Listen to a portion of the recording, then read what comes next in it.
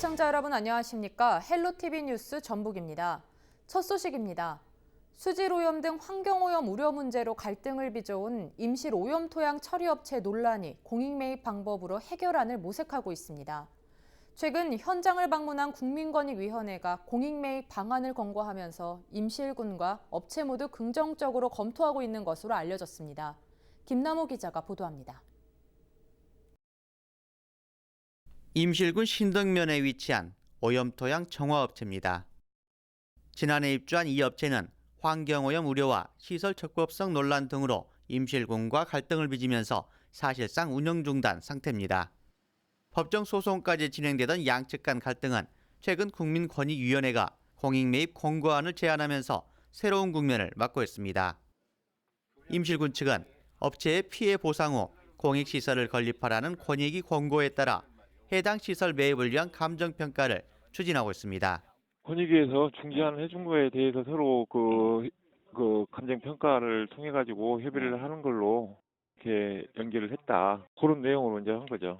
공익사업 관련해 가지고 이제 그 부분에서 매수하는 방향으로 이제 하는 걸로 이제 감정평가를 하는 걸로 그렇게 얘기가 됐죠. 해당 업체 측도 주민 불편 해소와 공익 증진 측면에서 권익위 권고안을 긍정적으로 검토하고 있습니다.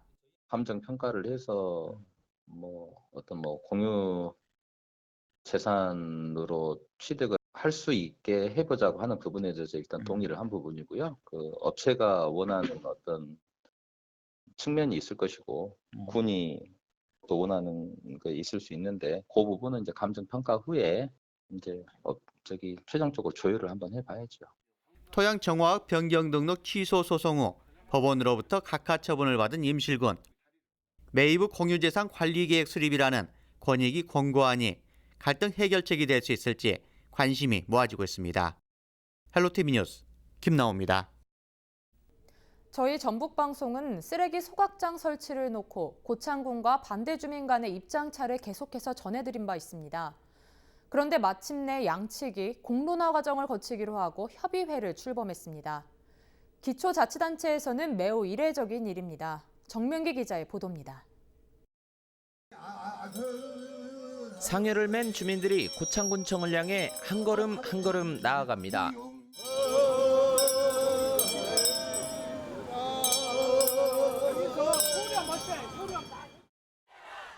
고창군이 생활 폐기물 소각 시설을 짓고 있는데 반대하는 지역 주민이 무려 4번째 걸기 대회를 연 겁니다.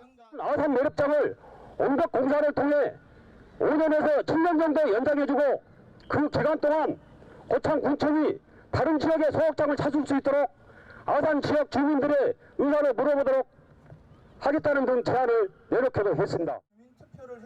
소각장 인근 주민들은 환경 오염과 건강 악화를 우려하는 한편 고창군이 주민 동의를 제대로 구하지 않은 채 밀실에서 졸속으로 처리한 사업이라며 그동안 공론화를 촉구했습니다. 9달 가까운 갈등 끝에 생활 폐기물 소각시설 공론화 협의회가 출범했습니다. 군 공무원과 지역민 등 모두 10명이 위원으로 위촉됐습니다. 주민들의 의견까지 같이 체계적으로 수렴하는 그런 공론화의 성공 사례는 굉장히 드뭅니다. 더더구나 기초지자체 차원에서 자신들의 문제를 이런 공론화 절차를 통해서 해결한 사례는 거의 없다고 볼 수 있습니다. 상임 전문위원과 전문가로 구성한 자문단도 갖추고 사업의 필요성부터 환경 피해와 대책, 주민 동의 여부와 방식까지 이달 안에 논의를 마친다는 방침입니다. 고창군은 공론화 과정을 거치는 동안엔 소각장 설치 공사를 전면 중단하기로 했습니다. 이번 공론화위원회에 많은 관심과 시선이 쏠려 있습니다.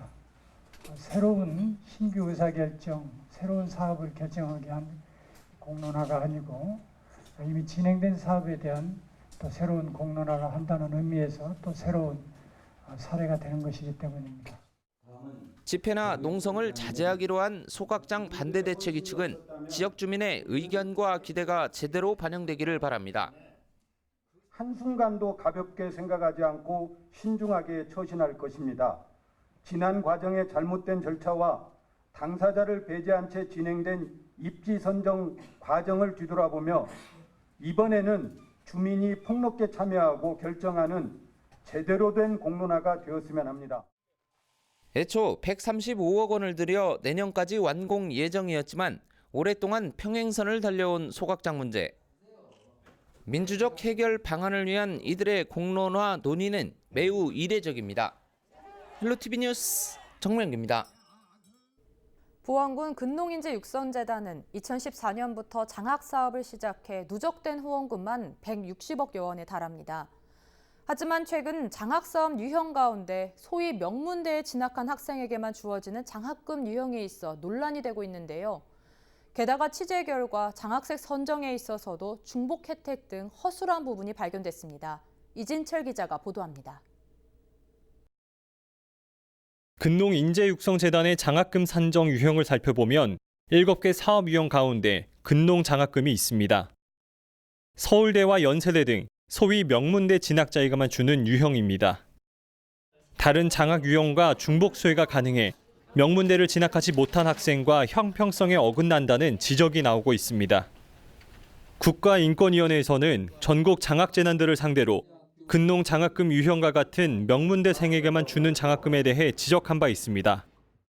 또 다른 유형인 성적 장학금의 경우 직전 학년 수혜자는 받을 수 없지만 취재 결과 2018년에 성적 장학금을 받은 학생이 2019년에도 동일한 장학금으로 100만 원을 받은 것으로 드러났습니다. 논란이 계속되자 부안군은 지난 9월 26일 군민 토론회를 열어 개선 방안에 대해 논의를 했습니다. 시대가 좀 변하다 보니까 지금 이제 주민들이 원하는 부분은 공부 잘하는 학생들한테만 이렇게 주는 그런 부분은 폐지하고 실제적으로 이제 공부를 열심히 하려고 하는 그런 아이들한테 동기부여할 수 있는 그런 장학금으로 좀 변형을 하자 그런 의견들이 좀 많이 있더라고요. 부안군은 10월 중순 다시 한번 토론회를 열어 장학재단 운영 방향에 대한 개선점을 구체화한다고 밝혔습니다. 소수에게만 부여되는 장학 사업과 일부 부실 운영으로 논란을 빚고 있는 근농 인재육성 장학금. 명확한 해결 방안이 마련되지 않는다면 보편적 교육복지 강화라는 본래 취지를 잃어버릴 위기에 놓여 있습니다.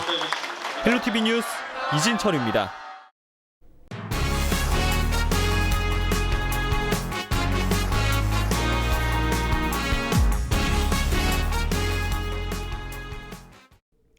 김제시 지평선로 성덕면 구간의 경우 과속단속 카메라를 설치했지만 이를 무시하는 차량은 여전한 것으로 나타났습니다. 김제 전통시장 사거리는 노인 교통사고가 전라북도에서 가장 잦은 것으로 알려졌습니다. 정명기 기자입니다. 김제시 지평선로 가운데 성덕면 구간입니다. 한 승용차가 속도를 올려 직선주로를 달립니다. 제한속도 시속 30km를 넘어선 주행속도입니다. 어린이집 앞 어린이 보호구역엔 지난 1월 과속단속 카메라가 설치됐습니다. 그러나 6월까지 카메라에 찍혔거나 단속된 건수는 무려 5,847건으로 전라북도에서 가장 많은 것으로 나타났습니다. 여기서 유예나 계도 기간을 빼면 실제 단속 건수는 1,522건에 이릅니다.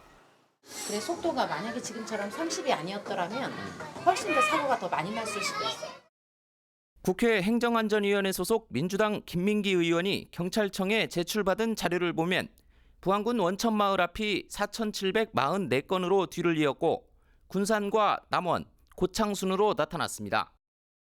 지난해 보행이 미숙한 노인 교통사고도 전북 시군 가운데 김제시가 가장 잦은 것으로 조사됐습니다. 김제시 요촌동 전통사거리입니다. 이 근처에선 노인 교통사고가 7건 이상 발생한 것으로 집계됐습니다. 주로 노인이 많이 다니고 교통량이 많은 구간으로 경찰서와 김제시가 개선 방안을 논의했지만 쉽지 않은 것으로 전해졌습니다. 같은 위원회 소속 민주당 소병훈 의원이 도로교통공단에 받은 자료를 보면 남원농협 용남지점 부근이 6건 등으로 뒤를 이었습니다. 김제시는 성덕면 지평선로의 경우 과속 방지턱과 반사판 등 안전시설을 늘릴 계획입니다. 헬로티비 뉴스 정명기입니다. 양산화 과정을 도입하지 않고 전통 장유기법을 고집하며 고추장과 된장을 만드는 사람들이 있습니다. 순창고추장 민속마을 주민들이 그 주인공인데요. 힘든 제조법을 고수하고 있는 재래식기법에 세계인들의 관심이 높아지고 있습니다. 김남호 기자가 취재했습니다. 순창군 순창읍에 위치한 고추장 민속마을입니다. 54가구에 달하는 이 마을 주민들은 현재까지 재래식 전통 기법을 이용해 된장과 고추장 등 장류 사업을 이어오고 있습니다.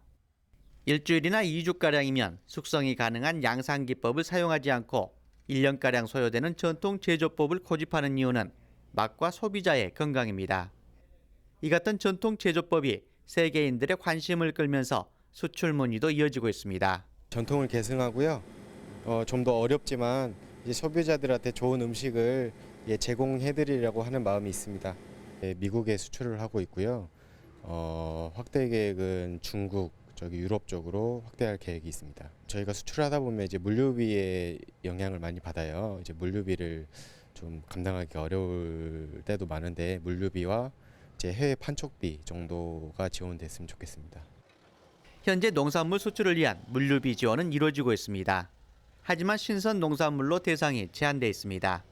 이에 따라 가공식품도 지역 특산품의 경우 지원 대상이 확대돼야 한다는 의견도 검토되고 있습니다.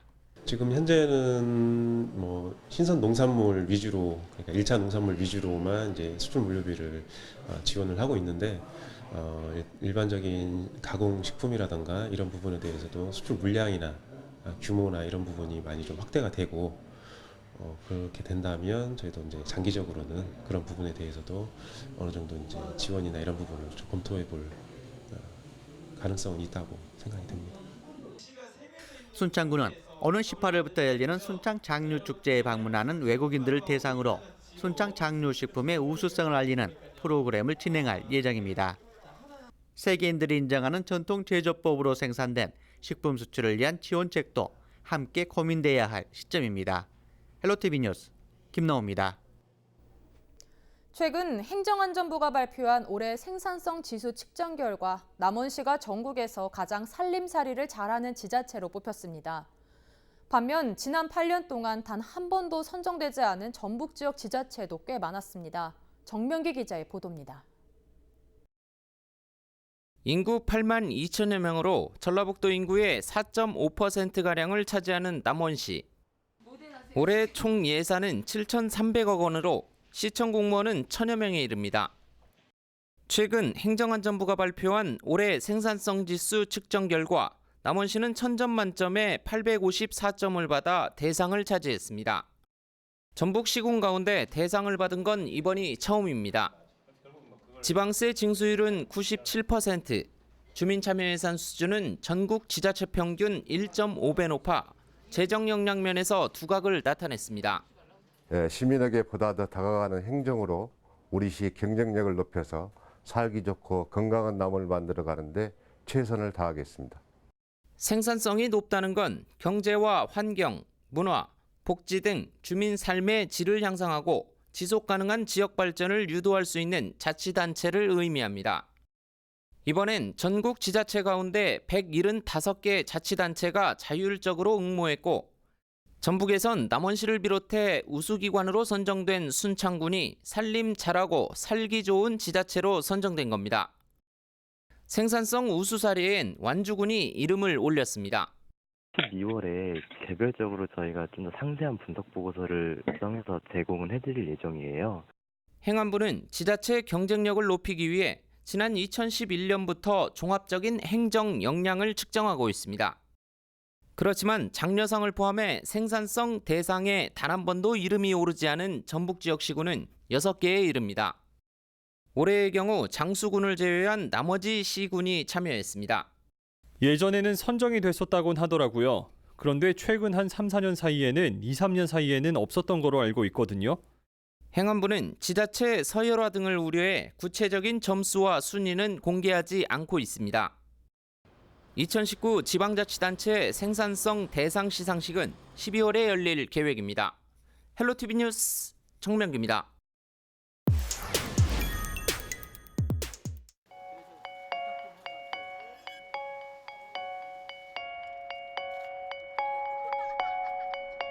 KTX역 정차 실현 김제 시민의 염원이 드디어 이루어졌습니다.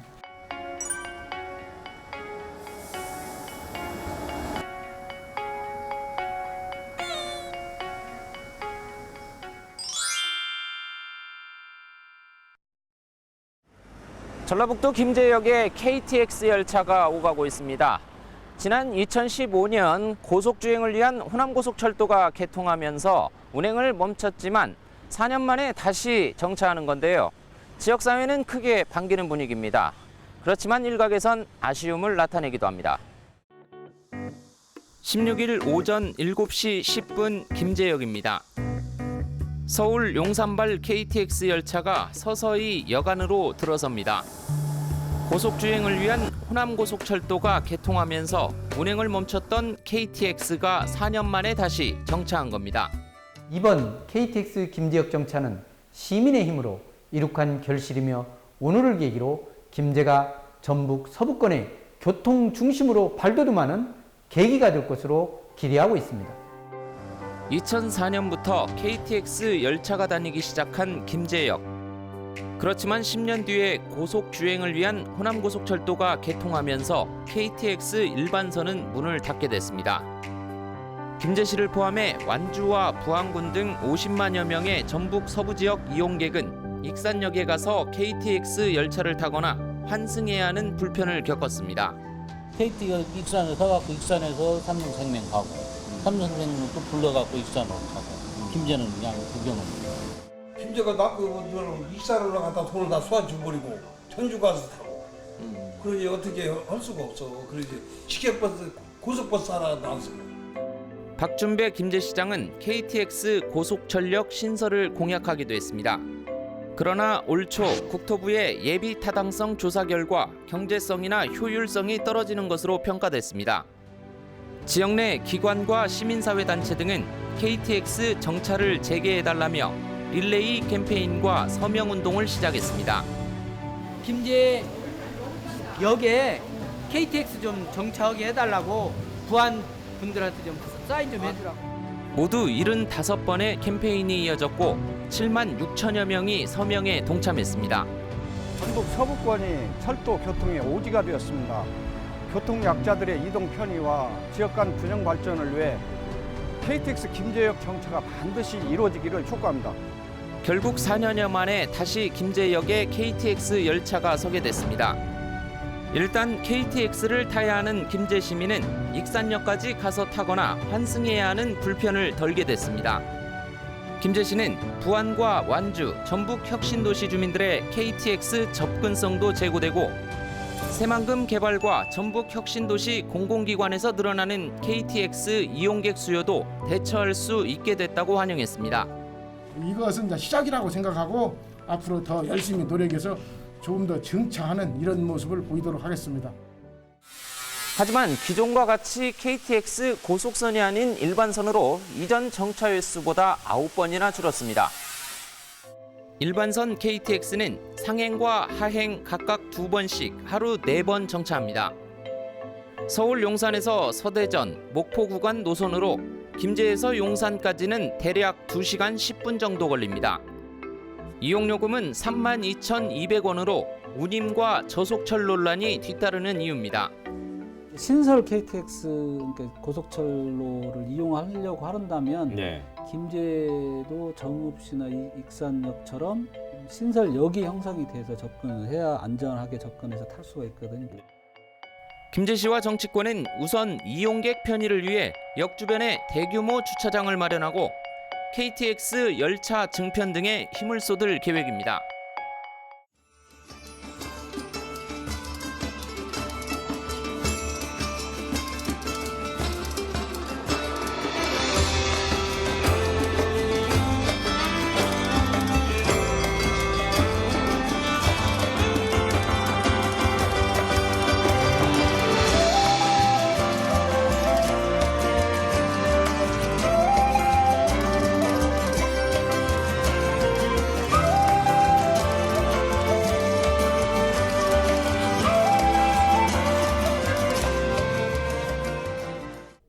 이상으로 뉴스를 마칩니다. 저희는 언제나 지역 주민 여러분 곁에 있겠습니다. 고맙습니다.